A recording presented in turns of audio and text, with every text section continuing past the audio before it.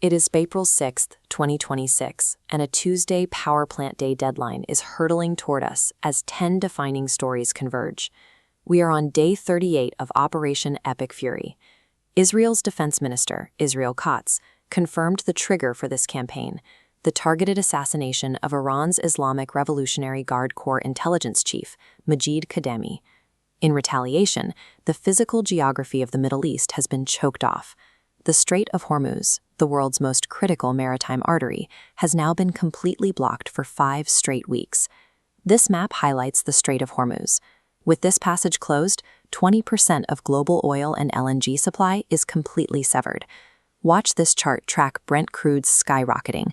Morgan Stanley warns the blockade could push oil past $180 per barrel. This regional blockade is now hitting global energy markets with the speed of an international countdown. To break this gridlock, China and Pakistan have jointly drafted the Islamabad Accord, a desperate 5-point peace plan. Diplomats are scrambling to secure the shipping lanes and force an immediate cessation of hostilities before the Tuesday deadline arrives and strikes on Iranian nuclear power plants begin. But this diplomatic effort is failing to keep pace. Human negotiation is slow, bound by protocol and endless meetings, while the actual war is being executed at the speed of an algorithm. While politicians debate, the Pentagon has shifted combat logistics over to artificial intelligence, specifically a program known as Project Maven. This diagram shows the military kill chain, the process from detecting a target to authorizing and executing a strike. Project Maven's AI takes a process that used to require weeks of human analysis and collapses it into minutes. Instead of analysts manually reviewing footage, the algorithm ingests mountains of drone feeds, satellite imagery, and intercepted communications. It independently identifies enemy assets, ranks them by threat level, and feeds recommended red targets directly to commanders. The efficiency is staggering.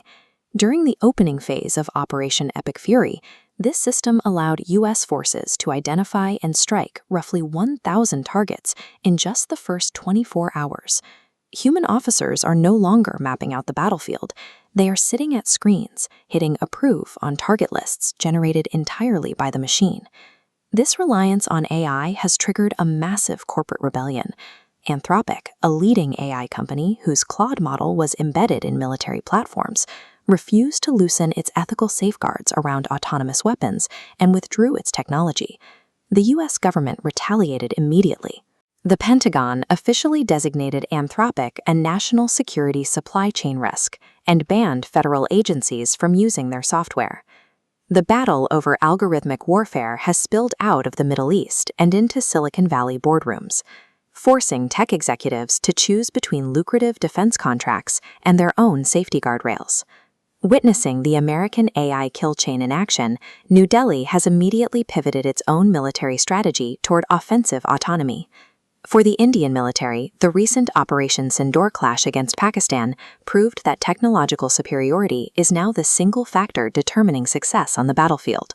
The first major step is hardware. The Indian Army bypassed standard approvals to rush an emergency procurement of the Suryastra rocket system, a new deep-strike artillery platform with a 300-kilometer range. But the ultimate goal is replacing the human trigger entirely.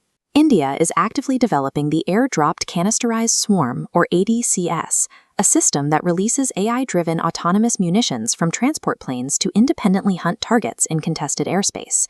From these missile systems to autonomous swarms, the mandate for Atmar-Nirbhar Bharat is shifting toward machine-led defense, mirroring the AI arms race seen in the Middle East.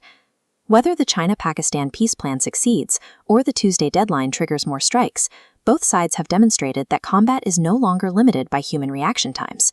The AI kill chain works in real combat. We are now living in a reality where every major military on Earth is rushing to hand the cockpit over to the algorithm.